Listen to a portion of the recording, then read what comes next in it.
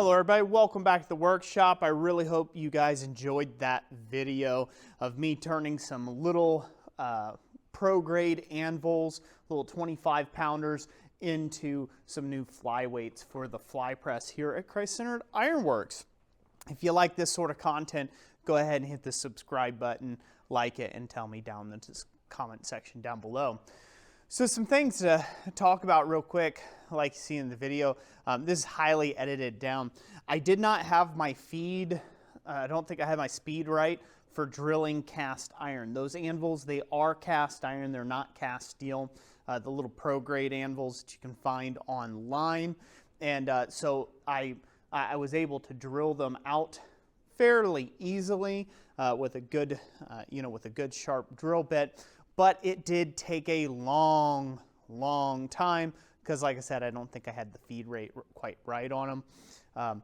You'll also notice that I actually drilled all the way through the anvil as well. Reason for this being is originally it was my plan to not drill all the way through, just come out close to the surface and then leave it at that. But what I found is that the taper, the way that the top horns of that Flypress's arms were shaped, it was binding on the actual hole openings and just kind of like spinning on there. And I really didn't want that. I wanted it to come down and sit really nicely and really tightly. So I went ahead and drilled all the way through the piece. I had to go halfway through and then back drill the rest of it to come back through. And that allowed it to actually sit much nicer after I used my carbide burrs to square up the hole, if you will. Another thing to talk about a little bit, you guys can see that I was melting some metal and pouring it in there. What is that? I used lead in this particular case. Now, I'm going to get a ton of comments now about how it's bad for my health and this and that and, respirators, the whole 9 yards, good ventilation, yes, yes, and yes. If you do undertake something like this, you may want to trade out the lead for something more like tin or do something like aluminum and just, pour you some aluminum down in there.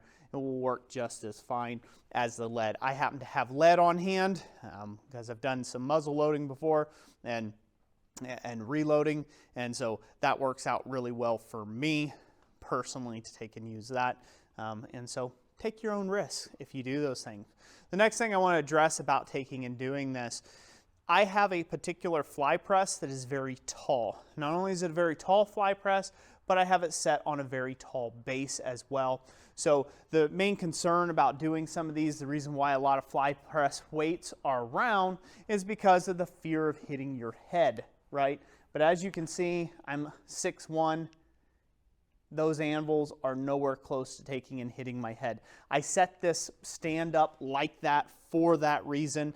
I didn't want to have any sort of flywheel weights down where it could take and be a noggin crusher. So my stand is actually extra tall, just so this way I could get that up in clearance. So it'll be perfectly safe for me to operate the fly press in this way. Let's talk about power real quick for a second. How does the power compare? I can tell you right now, it has a lot more squishing power. You guys won't be able to see it or tell as much in camera, I know. See the difference, right? But feeling it in the hand, it is a lot easier to go squishy on things than it was with the 15-pound weights that I had before.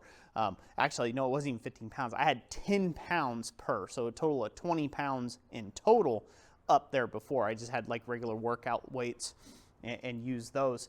But here, each one of those anvils are 25 pounds each, and man, does that make a difference. And it's going to make a huge difference when I go to punching holes and hammer eyes and things like that. Having that extra torque to do so, that extra amount of squishing power is going to be very, very, very handy. So that's it for today. Thank you guys for watching this video. I hope you enjoyed it. Thank you to all the channel members who make this content possible.